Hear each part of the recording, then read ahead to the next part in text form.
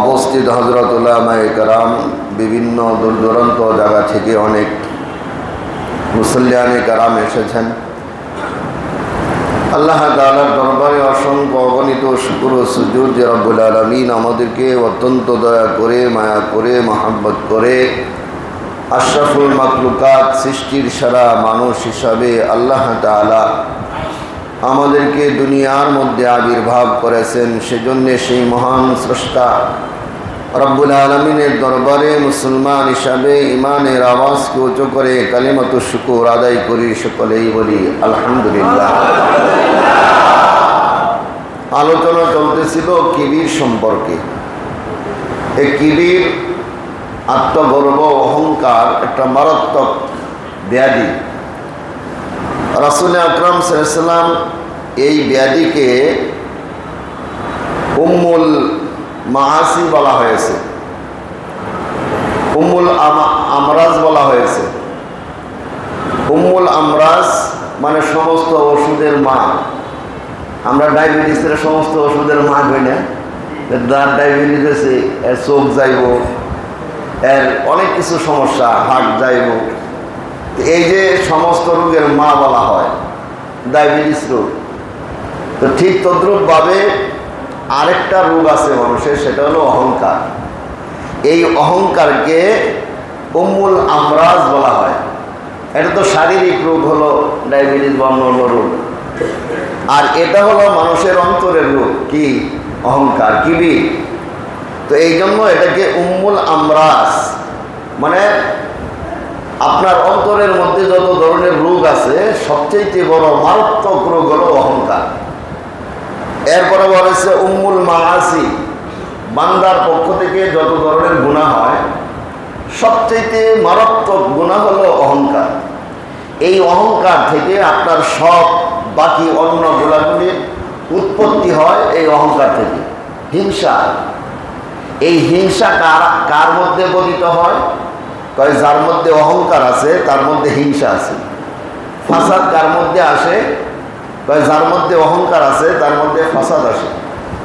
জুলুম কে করে? কয় যার মধ্যে অহংকার আছে সে জুলুম করে। তাহলে কি বুঝতে পারলাম? তাম পৃথিবীর মধ্যে যত ধরনের গুনাহ আছে এই গুনার মূল উৎপত্তি হলো অহংকার। এ ব্যাপারে আমি গত শুক্রবার একটা হাদিস বর্ণনা করছিলাম, বাংলা তর্জমাটা বলছিলাম, হাদিসটা বলি নাই। আপনি হাদিসটা শুনেন আজকে। লা ইয়াদখুলুন নারা আহাদুন ফি কলবিহি মিসকালু হাববাতিন খারদালিন মিন ঈমান। আল্লাহর নবী বলেন, লা ইয়াদখুলুন নার, জাহান্নামে প্রবেশ করবে না আহাদুন, কেহই, ফি কলবিহি মিসকালু হাববাতিন খারদালিন মিন ঈমান। আল্লাহর নবী বলেন, যার অন্তরের মধ্যে সরিষা ধরা পরিমাণ, সাররা পরিমাণ ঈমান থাকবে সে জাহান্নামের মধ্যে প্রবেশ করবে না। এরপরে রাসূল বলেন, ওয়ালা ইয়াদখুলুল জান্নাতা আহাদুন ফি কলবি মিসকালু হাববাতিন খারদালিন মিন কিবির। আল্লাহর নবী বলেন, আর যার অন্তরের মধ্যে যাররা পরিমাণ অহংকার থাকবে সে জান্নাতে প্রবেশ করতে পারবে না। আলোচনা করা হয়েছিল এ ব্যাপারে। শেষ সবচেয়ে যেই আলোচনাটা, যেই ব্যাখ্যা এই হাদিসের মধ্যে করা হয়েছে, কয় যার মধ্যে ঈমান আছে তার মধ্যে অহংকার থাকতে পারে না, যার মধ্যে অহংকার আছে তার মধ্যে ঈমান নাই। সবচেয়ে শেষ যেই ফয়সালা দেওয়া হয়েছে এটা বলা হয়েছে যে যার মধ্যে ঈমান আছে তার মধ্যে অহংকার থাকে না, আর যার মধ্যে অহংকার ঢোকে তার মধ্যে ঈমান থাকে না। তাহলে রাসূলের হাদিস এবার মিলছেনি। এই জন্য যার মধ্যে অহংকার থাকবে বুঝতে হবে যে আমার ঈমান বড় দুর্বল হয়ে গেছে, আমার ঈমান নষ্ট হয়ে যাচ্ছে। এই জন্য এই আপনার অহংকারকে আমাদেরকে পরিত্যাগ করতে হবে, এই অহংকার থেকে আমাদেরকে বেঁচে থাকতে হবে। রাসূল আকরাম সাল্লাল্লাহু তাআলা আলাইহি ওয়াসাল্লাম আরো স্পষ্ট করেছেন, ইয়া আইয়ুহান নাস, আল্লাহর নবী বলেন, হে লোক সকল, তাওয়াজ্জাউ, তোমরা সকলেই বিনয়ী হও। কি হও? বিনয়ী হও, অহংকারী হইও না। ফাইন্নী সামিতু রাসূলুল্লাহ, হযরতে উমর বলেন, আমি রাসূল আকরাম সাল্লাল্লাহু তাআলা আলাইহি ওয়াসাল্লাম থেকে শুনেছি, ইয়াকুলু, আল্লাহর নবী বলেন, মান তাওয়াজ্জা লিল্লাহ, যে ব্যক্তি আল্লাহর জন্য বিনয়ী হয়। কার জন্য? আল্লাহর জন্য যেই ব্যক্তি বিনয়ী হয়। মান তাওয়াজ্জা, আল্লাহর নবী বলেন, যে ব্যক্তি বিনয়ী হয়, তবে বিনয়টা কোনো মাল পাওয়ার জন্য না, কাউকে তোষামত করার জন্য না, কাউকে তেল দেওয়ার জন্য না। আমাদের দেশে তখন তাওয়াজু হয়, তেল দেয় না, তেল দেওয়ার জন্য, কিছু পাওয়ার জন্য বিনয়ী হয়। আল্লাহর নবী স্পষ্ট করছে, ওই তেল দেওয়ার বিনয়ী না। বিনয়ীটা হওয়া লাগবে কার জন্য? আল্লাহর জন্য, কোনো মানুষকে খুশি করার জন্য না, কোনো মানুষের তেল দেয়া, ওই মাল উপার্জন করার জন্য না। বিনয়ীটা হওয়া লাগবে আল্লাহকে খুশি করার জন্য। ভালো করে বুঝছেন? কাকে খুশি করার জন্য? আল্লাহকে খুশি করার জন্য। তাওয়াজ্জা লিল্লাহ, যে ব্যক্তি বিনয়ী হয় আল্লাহর জন্যে, রাফাহুল্লাহ, আল্লাহ বলে, আমি তাকে দুনিয়ার মধ্যে আমি তাকে ইজ্জত আর সম্মান দান করি। কি করি? তাকে ইজ্জত সম্মান দান করি। আল্লাহর হাবিব বলেন, তার মর্যাদা আল্লাহ পাক বুলন্দ করে দেয়, তার ইজ্জত সম্মান কি করে দেয়? বৃদ্ধি করে দেয়। কাকে? মান তাওয়াজ্জা, যে ব্যক্তি বিনয়ী হয়। ফাহুয়া ফি নাফসিহি সাগীর, আর যে বিনয়ী হয়, বিনয়ী ব্যক্তি নিজেকে নিজে ছোট মনে করে।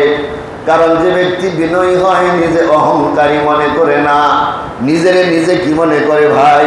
নিজেকে নিজে ছোট মনে করে। ফি নাফসিহি সাগীর, সে নিজেকে নিজে ছোট মনে করে। ওয়া ফি আ'য়ুনিন নাসি আযীম, আল্লাহর নবী কয়, সে নিজেরে নিজে ছোট মনে করলে কি হবে? আল্লাহ তাআলা তাকে মানুষের চোখে বড় বানিয়ে দেয়। বিনয়ী ব্যক্তিকে সবাই সম্মান করে, তাই না? এই জন্য বিনয়ী হওয়া। আল্লাহর নবী কয়, ফি নাফসিহি সাগীরুন ওয়া ফি আ'য়ুনিন নাসি আযীম, সে নিজেরে নিজে ছোট মনে করে, কিন্তু আল্লাহ পাক তাকে মানুষের চোখে বড় বানিয়ে দেয়, ইজ্জতওয়ালা বানিয়ে দেয়, সম্মানওয়ালা বানিয়ে দেয়। ওয়ামান তাকাব্বারা ওয়াজাহুল্লাহু ফাহুয়া ফি আ'য়ুনিন নাসি সাগীর, পক্ষান্তরে যে ব্যক্তি অহংকারী হয় আল্লাহ তাকে হেয় করিয়া দেয়। কি হয়? আল্লাহ তাকে হেয় করিয়া দেয়। ওয়ামান তাকাব্বারা, আল্লাহর নবী বলেন, যে ব্যক্তি তাকাব্বুরি করে, অহংকারী করে, ওয়াজাহুল্লাহ, আল্লাহ তাকে হেয় করিয়া দেয়, নিচু করিয়া দেয়, অসম্মানী বানিয়ে দেয়।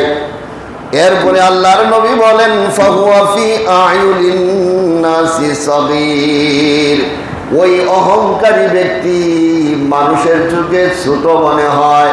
সামনে যদিও সালাম দেয়, পিছনে কয়, এর মতো একটা খারাপ মানুষ হতে পারে না। বয়ের সামনে যায় সালাম দেয়, যাতে কোনো ক্ষতি, কথা কয় না, ঠিক ঠিক। অহংকারী ব্যক্তিকে সামনে যায় সালাম দেয়, কে থেকে বাঁচার জন্য? তার ক্ষতি থেকে বাঁচার জন্য। আর পিছনে কি কয়? ওর মতো একটা খারাপ মানুষ না, এরা সাংঘাতিক খারাপ, ঠিক না? আল্লাহর নবী বলেন, ফাহুয়া ফি আ'য়ুনিন নাসি সাগীর, আল্লাহর নবী কয়, ওই ব্যক্তিটাকে আমি, আল্লাহর নবী কয়, আল্লাহ ওই ব্যক্তিটাকে মানুষের চোখের সামনে ছোট বানিয়ে দেয়।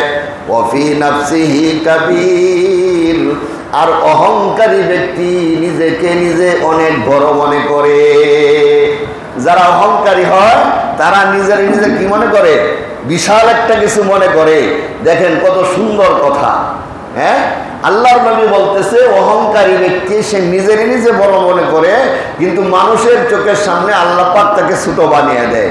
আর যে ব্যক্তি বিনয়ী হয়, বিনয়ী হওয়ার কারণে তাকে অপমান অনেক সময় অপদস্থ করে, কিন্তু আল্লাহ পাক তাকে মানুষের সামনে ইজ্জতওয়ালা বানিয়ে দেয়। সুবহানাল্লাহ। এই জন্য আল্লাহর নবী বলতেছেন ওয়াফি নাফসিহি কাবীর, সে নিজের নিজে অনেক বড় মনে করে। হাত্তা লাহু আহওয়ানু আলাইহিম মিন কলবিন আও খিনজির। আল্লাহর নবী কয় ওই অহংকারী ব্যক্তির কাছে কুকুর কিংবা শুকুর অপেক্ষা ঘৃণিত তুচ্ছ আর কিছু নাই। অহংকারী ব্যক্তি কুকুরের চাইতে, শুকুরের চাইতে নিকৃষ্ট ব্যক্তি হলো অহংকার করনেওয়ালা ব্যক্তি। এই জন্য মারাত্মক গুনাহ হলো অহংকার। এই জন্য অহংকার থেকে আমাদেরকে বেঁচে থাকা লাগবে। কেমনে বেঁচে থাকবেন? কিতাবের মধ্যে কয়েকটা জিনিস উল্লেখ করেছেন, কয়েকটা উদাহরণ পেশ করেছেন। এই হাদিসের নিরিখে একটা উদাহরণ পেশ করেছেন। সেটা হলো কোনো মানুষ যদি বড় উঁচু একটা পাহাড়ের চূড়া, মনে করেন 30 তলা বিল্ডিং এর উপরে উঠছে, খুব ভালো করে বুঝলেন, যেই লোকটা 30 তলার উপরে আছে, এই লোকটাকে যদি মানুষ দেখে, ছোট দেখবে না বড় দেখবে? জোরে বলেন। ছোট দেখা যাবে, মানুষের চোখের সামনে সে ছোট। আবার ওই যে 30 তলার উপরে আছে সে মানুষদেরকে যদি দেখে তাহলে কি দেখবে? ছোট দেখবে। তাহলে বোঝা গেল অহংকার করনেওয়ালা ব্যক্তি সে নিজেকে নিজে বড় দেখে, কারণ সে যদি নিজের দিকে তাকা দেখবে বড়, কিন্তু মানুষের দিকে তাকাইলে মানুষকে ছোট দেখবে। আর মানুষ নিজের নিজে বড় দেখবে, কিন্তু ওই উপরে যে আছে তার কি দেখবে? ছোট দেখবে। ঠিক তদ্রূপভাবে অহংকারী ব্যক্তি নিজের নিজের অনেক হেদাম দেখাইলেও মানুষের চোখের সামনে সে বেইজ্জতি, মানুষের সামনে সে ইজ্জতওয়ালা না। আর যে ব্যক্তি বিনয়ী হয়, যে ব্যক্তি তাওয়াজু অবলম্বন করে, যে ব্যক্তি মাধুর্যতার সাথে কথা বলে, মাধুর্যতার সাথে চলে, আল্লাহ পাক তাকে ইজ্জত আর সম্মান দান করে দেয়। সুবহানাল্লাহ। আরো উল্লেখ করেছেন, আরো অনেকগুলা উদাহরণ এনেছেন কিতাবের মধ্যে। আমি বহু কিতাব মুতালা করে কয়েকটা ঘটনা পাইছি। আরেকটা দেখবেন, মহিলারা যখন ভাত পাক করে বা পোলাও পাক করে, পোলাও যখন পাক করে এই গরম পানির মধ্যে পোলাওয়ের চাল দেওয়ার পরে চালগুলি কি উতলাইতে থাকে না, নাচ পাড়তে থাকে না? চালের ওই ভাতের ফেনার সাথে চালগুলি কি করতে থাকে? উতলাইতে থাকে। খুব হেডাম দেখাতে থাকে, নাচ পাড়তে থাকে। আমাদের সমাজের মধ্যে কিছু মানুষ আছে, হের বাপ ভঙ্গি দেখে আর লাভ কি, তার লাভ দিয়ে কেমন হয় যে পৃথিবীর মধ্যে একজন লাভ পাড়তে থাকে। আছে না এরকম লোক? তো তাদের উদাহরণ এই উদাহরণের সাথে মিলাইছে, বলে যে ওই যে মহিলা পোলাও পাক করতেছে, পোলাও যখন পাক হয় তখন কিন্তু ওই পোলাওয়ের চালটা হেদাম দেখাইতে থাকে, লাভ দেয়, ফুটে। এটা যখন পরিপূর্ণভাবে ফুটে, ফুটার পরে ওই চালটা তখন একদম নিস্তব্ধ হয়ে যায়। কি হয়ে যায়? নিস্তব্ধ। পোলাও যখন পুরাপুরি পাক হয়ে যায় তখন কি লাভ দেয় নাকি? তখন একদম পোলাওয়ের চালটা নিস্তেজ হয়ে যায়, তখন আর লাভ টাপ দেয় না, বৈশা পড়ে। আর যখন বৈশা পড়ে তখন ওই পোলাওয়ের চাল থেকে সুগন্ধ বাহির হয়। সুবহানাল্লাহ। তখন ওই যে নিস্তেজ যে চালটা, অর্থাৎ বইয়া পড়ছে, এখন আর লাভ টাপ দেয় না, ওই চালটা খাইলেও মজা, ওই চালটার মধ্যে যে গ্রান আছে এটাও মজা। এটার জন্য তুলনা বোঝাইছে কিতাবের মধ্যে, যেই ব্যক্তি এই চালটা যখন কাঁচা থাকে তখন লাভ দেয়। দুনিয়ার মধ্যে যে সমস্ত মানুষ কাঁচা থাকে, এখনো বুদ্ধি পরিপূর্ণ হয় নাই, সে নিজেরা নিজে অনেক হেডাম দেখাইতেছে, এই কিতাবের মধ্যে লেখে ওই মানুষটা হলো ওই কাঁচা চাইলের মতো, এখনো ফুটে নাই, এখনো কাঁচা আছে। আর যে ব্যক্তি বিনয়ী হয়, এই বিনয়ীওয়ালা ব্যক্তি সে তার থেকে সুঘ্রাণ বাহির হয়, তার থেকে মানুষ উপকৃত হয়। কখন? সে যখন বিনয়ী হয়ে যায়। নিস্তেজ দ্বারা উদ্দেশ্য হলো কি? বিনয়ী। আর ওই লাভ পাড়ার দ্বারা উদ্দেশ্য হলো অহংকারী। কথা বুঝছেন? এই জন্য নিজেকে নিজে বিনয়ী অবলম্বন করা লাগবে। আরেকটা সুন্দর ঘটনা আপনাদের সামনে বলি। এই ঘটনা থেকে আপনারা বুঝতে পারবেন অহংকার কত বড় খারাপ জিনিস, তা থেকে কেমনে বাঁচতে হবে। কিতাবের মধ্যে লেখে হযরতে সাইয়্যিদ আহমদ রেফাই, সাইয়্যিদ আহমদ কবির রেফাই রহমাতুল্লাহ আলাইহির একটা ঘটনা। এই আল্লাহর ওলি সাইয়্যিদ আহমদ কবির রেফাই সে নবীর শানে বেশি বেশি দুরূদ শরীফ পড়তো, সালাম জানাইতো। কি করতো? বেশি বেশি করে দুরূদ পড়তো, সালাম জানাইতো। একদিন আহমদ কবির রেফাই অন্তরের মধ্যে হজের খুব আকাঙ্ক্ষা ছিল, হজের জন্য খুব মায়া ছিল। তার অন্তরে ছিল যেভাবেই হোক না কেন রাসূলের রওজা মুবারকে যাইয়া রাসূলকে আমার সালাম করাই লাগবে। মান জাদ্দা ওয়াজাদা, যে চেষ্টা করে সে সফল কাম হয়। আহমদ কবির রেফাই মনের মধ্যে আকাঙ্ক্ষা করতে করতে এক সময় তার অবস্থা ভালো হয়ে গেল, মদিনায় যাওয়ার তার সৌভাগ্য হয়ে গেল। হজ পালন করার পর হযরত আহমদ কবির রেফাই রওজার কাছে যাইয়া আল্লাহর নবীকে সালাম দিয়ে একটা কবিতা বলছে। কবিতাটা হলো ফি হালাতিল বুদি রূহি কুনতু উরসিলুহা তুকাব্বিলুল আরদা আন্নি ওয়া হিয়া নাইবাতি। আহমদ কবির রেফাই বলেন, হে আল্লাহর রাসূল, হালাতিল বুদি, আমি যখন দূরে ছিলাম আপনার কাছে আসতে পারি নাই, তখন আমি আমার আত্মাকে আপনার খেদমতে পাঠাতাম। আমার মন আপনার দরবারে চলে আসতো, দেহ থাকতো আমার অন্য জায়গায়, কিন্তু আমার মনটা, আমার হৃদয়টা আপনার দরবারে চলে আসতো। সুবহানাল্লাহ। অনেক সময় দেখা যায় আপনার ছেলে হসপিটালে আছে, আপনি বাড়িতে এসে বাজার করতেছেন, ঘাট করতেছেন, ব্যবসা করতেছেন, ওই যে আপনার ছেলেটা হসপিটালে। আপনি যতই ব্যবসা করেন, খাওয়া দাওয়া খান, কিন্তু আপনার হৃদয়টা হলো আমার ছেলেটা হসপিটালে আছে, কি হয় কি হয় না জানা নাই। আপনি সব কিছু করতেছেন, কিন্তু আপনার মনটা হলো আপনার ছেলের কাছে হসপিটালে। হয় কি হয় না? আহমদ কবির রেফাই বলেন, ইয়া রাসূলুল্লাহ, ইয়া হাবিবাল্লাহ, আমি যখন দূরে থাকি আমার মনটা আপনার ওখানেই থাকে, দেহটা ওখানে থাকে, কিন্তু আমার মনটা আপনার কাছে থাকতো। হে আল্লাহর নবী, আমি আমার মনকে আপনার খেদমতে পাঠাতাম, আর আমার আত্মা আমার প্রতিনিধি হয়ে মদিনার মাটিগুলো চুমন করত।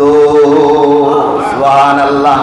কত সুন্দর একটা ঘটনা, আপনারা বললে বুঝতে পারবেন। এই জন্য আহমদ কবির রেফাই দ্বিতীয় কবিতা বলেন, তুকাব্বিলুল আরদা আন্নি ওয়া হিয়া নাইবাতি ওয়া হাদিহি দৌলাতুল আশবাহি। আহমদ কবির রেফাই বলে, আজ আল্লাহর অনুগ্রহে আমি সশরীরে উপস্থিত হয়েছি। কোথায়? রওজা শরীফের কাছে। রওজা শরীফে আল্লাহর নবীকে ডাক দিয়া বলে, ওয়াহাদিহি দৌলাতুল আশবাহি, হে আল্লাহর নবী, আল্লাহর করুণায়, আল্লাহর দয়ায় আল্লাহ আমাকে সশরীরে আপনার রওজা মুবারকে পৌঁছে দিয়েছে। হযরত সাইয়্যিদ আহমদ কবির রেফাই এ কথা বলার পর, কাদ হাদারতু ফামদিদ ইয়ামিনুকা কাই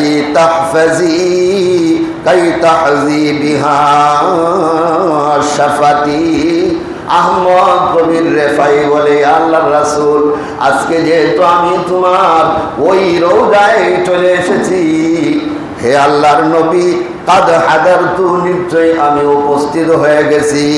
ফামদিদ ইয়ামিনুকা, হে আল্লাহর নবী, আপনার হাতটা একটু বাড়ান, আপনার হাতের মধ্যে যেন আমি চুম্বন করতে পারি। আহমদ কবির রেফাই যখন আল্লাহর নবীকে বললেন, আমদিদ ইয়ামিনুকা, হে আল্লাহর নবী, আপনার হাতটুকু একটু বাড়ান, যেন আপনার হাতে আমি চুম্বন করতে পারি। এই কথা বলার সঙ্গে সঙ্গে কিতাবের মধ্যে উল্লেখ করে আহমদ রেফাই এই কথাটা বলতে দেরি হলো, কিন্তু রওজা থেকে আল্লাহর নবীর হাত বাহির হতে দেরি হলো না।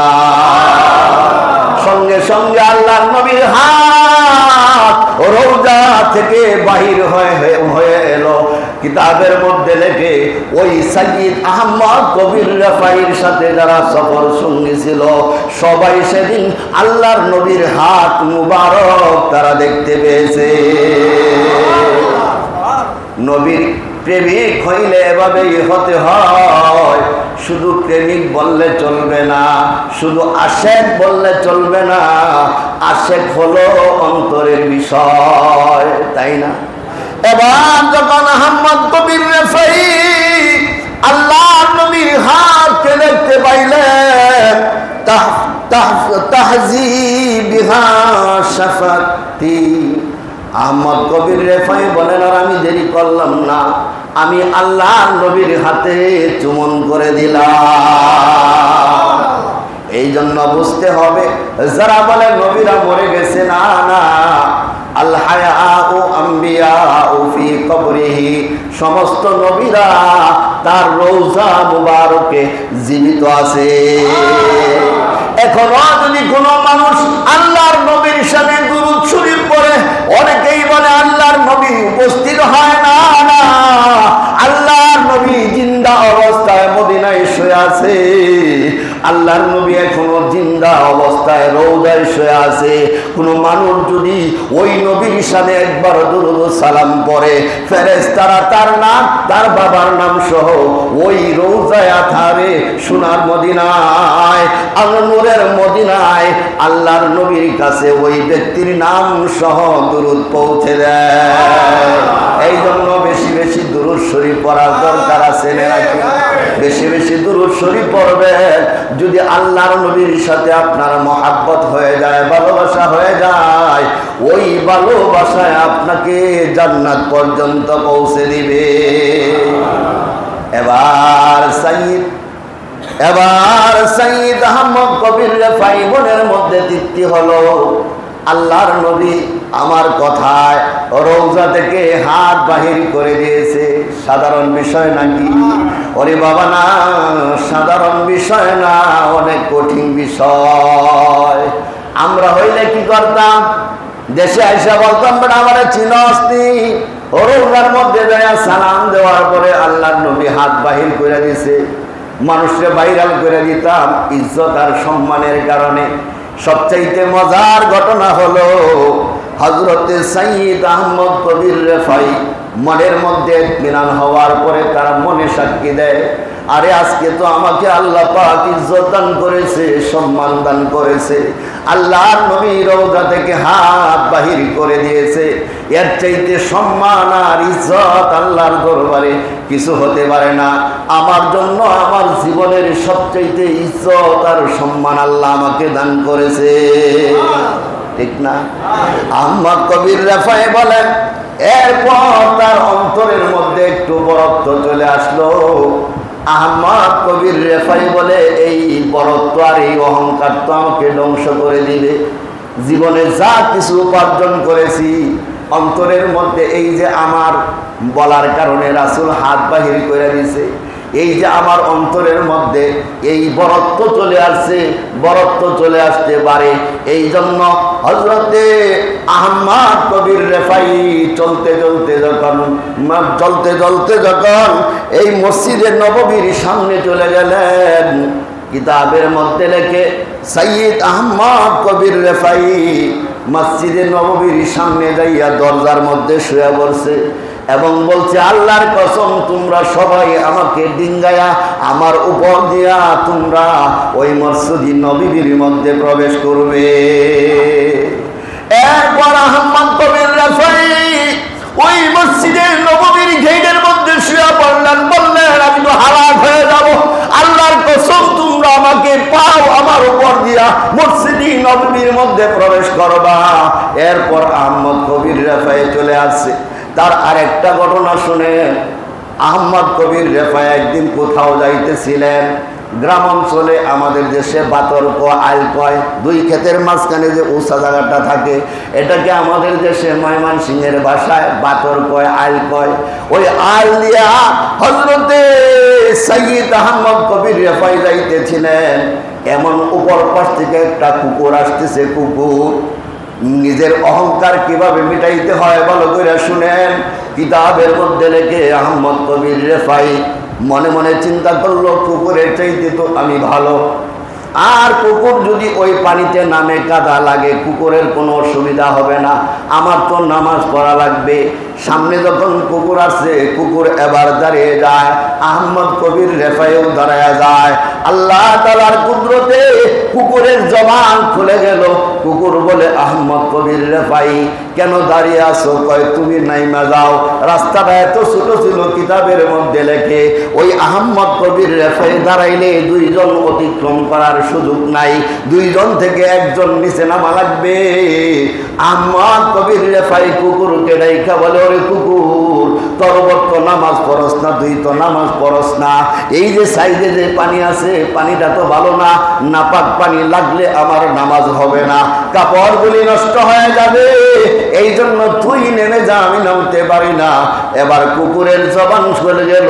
কুকুর বলতেছে, হে সৈয়দ আহমদ কবির রেফাই, তুমি মনে করতেছো তোমার কাপড় নষ্ট হয়ে গেলে তুমি নামাজ পড়তে পারবা না, এজন্য তুমি আমাকে জায়গা দিচ্ছ না, আমাকে নামতে বলতেছো। কিন্তু আহমদ কবির রেফাই যাই না রাখো, যদি তোমার অন্তরটা না পাক হয়ে যায় ওই কাপড়টা ধুইলে পাক করা যাবে, কিন্তু অহংকারের কারণে তোমার অন্তরটা যদি না পাক হয়ে যায় এটা সাবান দিয়া ধুইলেও পাক হবে না।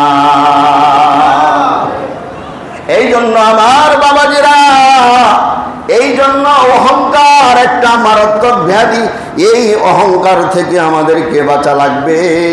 এই জন্য অনেকগুলি হাদিস এসেছে এই অহংকার সম্পর্কে। আল্লাহর নবী রাসূল আকরাম সাল্লাল্লাহু আলাইহি ওয়াসাল্লাম বলেছেন, আমি কি তোমাদেরকে জান্নাতি লোকদের কথা বলবো না? ফাকালাতিন নার, আমি কি তোমাদেরকে জাহান্নামী লোকদের কথা বলবো না? আল্লাহর নবী বলেন, ইয়া রাসূলুল্লাহ, ইয়া হাবিবাল্লাহ, অবশ্যই বলবেন। আল্লাহর নবী বলেন, ফাকালাতিন নার ইদখিলুনিল মুতাকাব্বিরুনা ওয়াল মুতাজাব্বিরুন।